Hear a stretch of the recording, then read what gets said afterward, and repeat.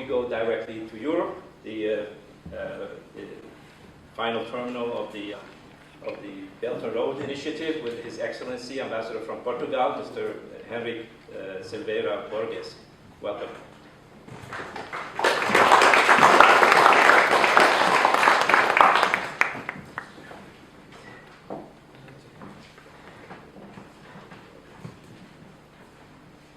Well, first, thank you very much for this kind invitation. As was said by His Excellency, the Ambassador of China, now Belt and Road seems to be hot. No second meaning, of course. Again, I'm very happy to be here, and I want to thank the kind invitation to speak on the Portuguese experience and cooperation with BRI. His Excellency Ambassador Guy Gongyu, Ambassador of China, Excellencies, distinguished Vice Chairman of BRICS, Mr. Stephen Brouwer. On December 5th, Portugal and China signed a Memorandum of Understanding on cooperation within the framework of the Silk and Road Economic Belt and the 21st Century Maritime Silk Road Initiative. Allow me to highlight the following aspects included in this MOU. First, as stated in its preamble, it aims at enhancing the comprehensive strategic partnership between Portugal and China. Secondly, as also stated in the preamble, it acknowledges the role of the EU-China Connectivity Platform as the main forum for fostering synergies in infrastructure development between China and the European Union.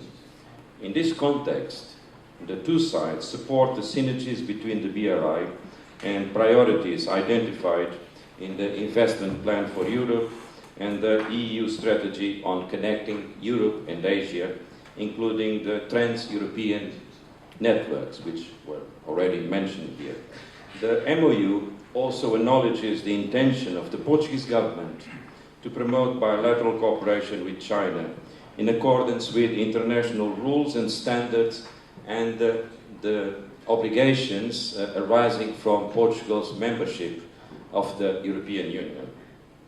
Other provisions of the MOU reveal, to my mind, to our mind, its forward-looking, future-oriented character. Inter alia, let me highlight some of these that illustrate this, as I said, forward-looking character of the MOU. First, the two sides' intention to promoting growth of the blue economy by deepening the blue partnership. By the way, Portugal, as the largest European exclusive economic zone within the European Union. So that is rather important for us. Their willingness to foster cooperation and exchanges on maritime infrastructure connectivity, taking into account the role of the port of Sines, south of Lisbon, about 100 kilometers from Lisbon, and other Portuguese ports and infrastructures.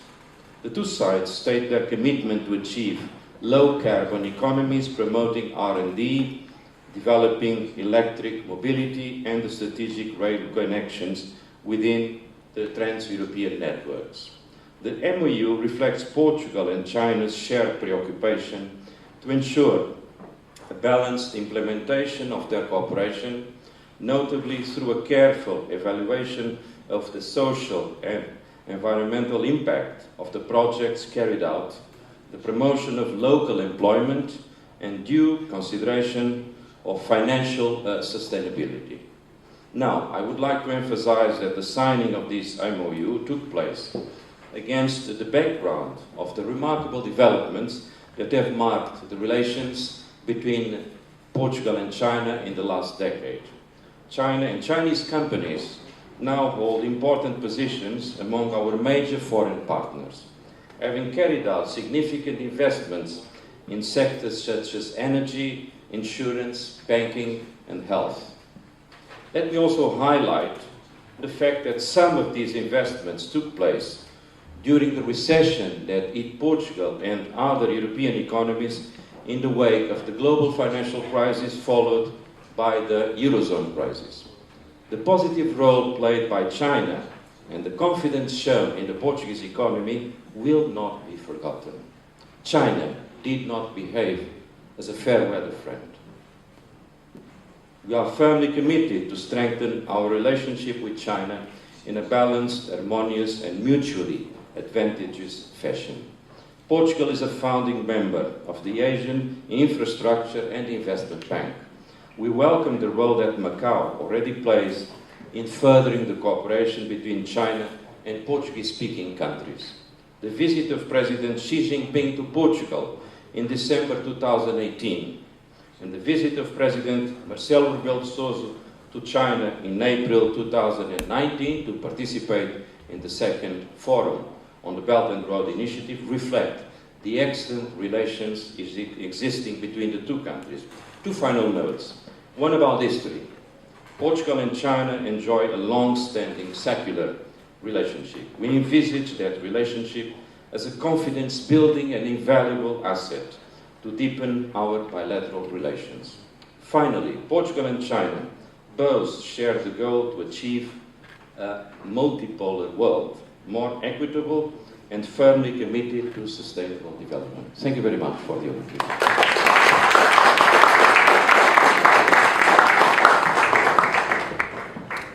Thank you very much, Your Excellency. I think Portugal's position is represented.